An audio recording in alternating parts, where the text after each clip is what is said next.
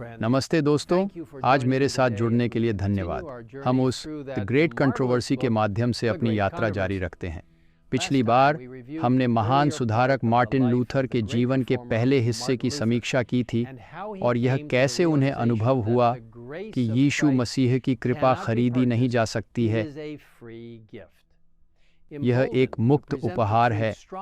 सच को मजबूती से प्रस्तुत करने के लिए प्रेरित होकर लूथर ने विटेनबर्ग के कैसल चर्च में एक कागज पोस्ट किया जिसमें 95 प्रस्ताव या थीसिस इंडल्जेंस के सिद्धांत के खिलाफ थे। इस बहादुर कार्य की खबर साथ ही 95 प्रस्तावों की जलती हुई गाड़ी की तरह जर्मनी और उससे परे फैल गई, जिससे रोम को भड़काया गया। लूथर को कठोर पीड़ा का सामना करना पड़ा।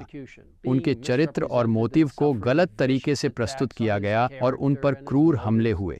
बहुत से लोग जिन्हें उन्होंने सोचा था कि वे उनके सुधार का करेंगे, उनके पीछे मुड़ गए क्योंकि उन्हें रोम नहीं चाहिए थी। हालांकि जब मानवीय समर्थन असफल हुआ, तब उन्होंने केवल परमेश्वर पर आश्रित होने का निर्णय लिया और सीखा कि वह उस सर्वशक्तिमान हाथ पर पूरी सुरक्षा के साथ आधारित हो सकता है। जल्द ही लूथर को दोषारोपण के लिए रोम में उपस्थित होने के लिए एक सम्मन प्राप्त हुआ। हालांकि अपनी सुरक्षा के लिए डरते हुए लूथर के कुछ दोस्तों ने इस मुकदमे को जर्मनी के ऑग्सबर्ग में आयोजित करने की व्यवस्था की। अपने देश में भी अपनी जान को खतरे में देखकर लूथर ने निडरतापूर्वक कहा, उन्होंने पहले ही मेरा मान और मेरी प्रतिष्ठा नष्ट कर दी है। एक ही चीज बची है, वह मेरा दुखी शरीर है। उन्हें ले लो। वे इस तरह मेरी जिंदगी को कुछ घंटों तक कम कर देंगे, लेकिन मेरी आत्मा के बारे में वे नहीं ले सकते। जो कोई दुनिया में मसीह के वचन का प्रचार करना चाहता है, उसे हर पल मौत की उम्मीद करनी चाहिए। लेकिन लूथर का जीवन परमेश्वर के हाथों में था और उन्होंने अपने सेवक के जीवन को कम करने की अनुमति नहीं दी। ऑग्सबर्ग में अपने मुकदमे के दौरान लूथर, जिनके पास सत्य था, परमेश्वर की शक्ति में खड़े हो गए और एक स्पष्ट, संक्षेप्त और प्रभावशाली प्रस्तुति प्रस्तुत की, जिसे बहुत सारे आधारभूत उद्धरणों से पूरी तरह समर्थित किया गया। जब पोप के प्रतिनिधि ने देखा कि लूथर का तर्क जवाबदेह था, तो उन्हें स्वयं कंट्रोल खो दिया और गुस्से में चिल्लाया, मंदना, या मैं तुम्हें रोम भेज दूंगा, मैं तुम्हें अपवादित करूंगा और तुम्हारे सभी समर्थकों को भी, और मैं उन्हें चर्च से निकाल दूंगा। मंदना, या फिर कभी वापस मत आना। लूथर नामंदा होने के लिए अनिच्छुक होने के कारण वह तत्काल वापस ले लिया। अगले सुबह उन्होंने एक दोस्त द्वारा प्रदान की गई मार्गदर्शित घोड़े पर गुप्त रूप से भाग लिया। उनके सिद्धांत व्यापक रूप से फैलते रहे और पूरे यूरोप में एक शक्तिशाली प्रभाव डाला। बहुत नाराजगी में थे और पोप को उनके खिलाफ सख्त कार्रवाई करने की सलाह दी। इसका निर्णय लिया गया कि उनके सिद्धांतों को तत्काल निंदित किया जाए। लूथर और उसके अनुयायियों को इनकार करने के लिए 60 दिनों की अवधि दी गई और अगर वे इनकार नहीं करते तो उन्हें अपवादित कर दिया जाएगा। निर्यातित होना वह चीज थी जो राजाओं के दिलों में भी आतंक भर देती थी। जो निर्यातित हो जाते थे, समाज द्वारा भय और घृणा के साथ देखे जाते थे। उन्हें दूसरों के साथ संचार से कर वे तर्क संगत व्यक्ति के रूप में व्यवहार किए जाते थे। उन्हें शिकार किया जाता था और समाप्त किया जाता था। कारावास, यातना और मौत की धमकी के बावजूद लूथर विश्वासी बने रहे। जब रोम से आया एक पापल बुल नामक आदेश, जिसमें लूथर की निंदा और उनके बहिष्कार की घोषणा की गई थी, तो उन्होंने उसे साथ ही अन्य आदेश और पापल शक्ति के दस्तावेजों को ले लिया और उन्हें विटेनबर्ग के एक छात्रवृंद, प्रोफेसर और नागरिकों के सामरिक अवसर के सामने, जनता के सामने जला दिया। एक गंभीर संघर्ष अभी शुरू हुआ है, लूथर ने घोषणा की।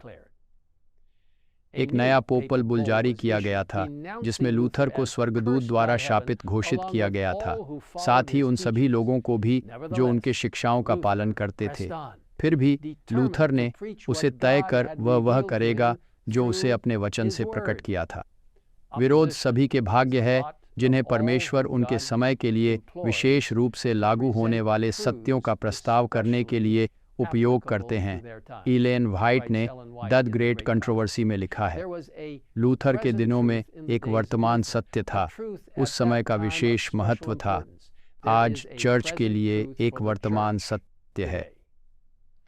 मेरे प्यारे दोस्तों, जब हम यह महायुद्ध के बारे में श्रृंखला जारी रखते हैं तो हमारे समय के लिए वर्तमान सत्य को और भी अधिक पूरी तरह से प्रकट किया जाएगा। मैं आपको प्रोत्साहित करता हूं, यदि आपने अभी तक नहीं किया है तो आपको अपनी मुफ्त प्रतिलिपि डाउनलोड करने की सलाह देता हूं, जो कई भाषाओं में thegreatcontroversyproject.org पर उपलब्ध है। देखो, परमेश्वर कभी नहीं बदलते, न ही उनका वचन।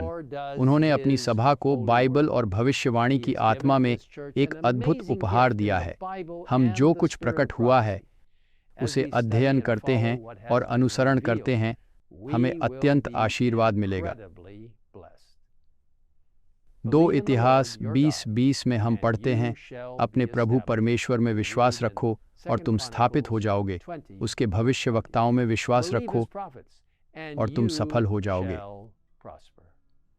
मैं आपको अभी तुरंत प्रार्थना करने के लिए आमंत्रित करता हूँ।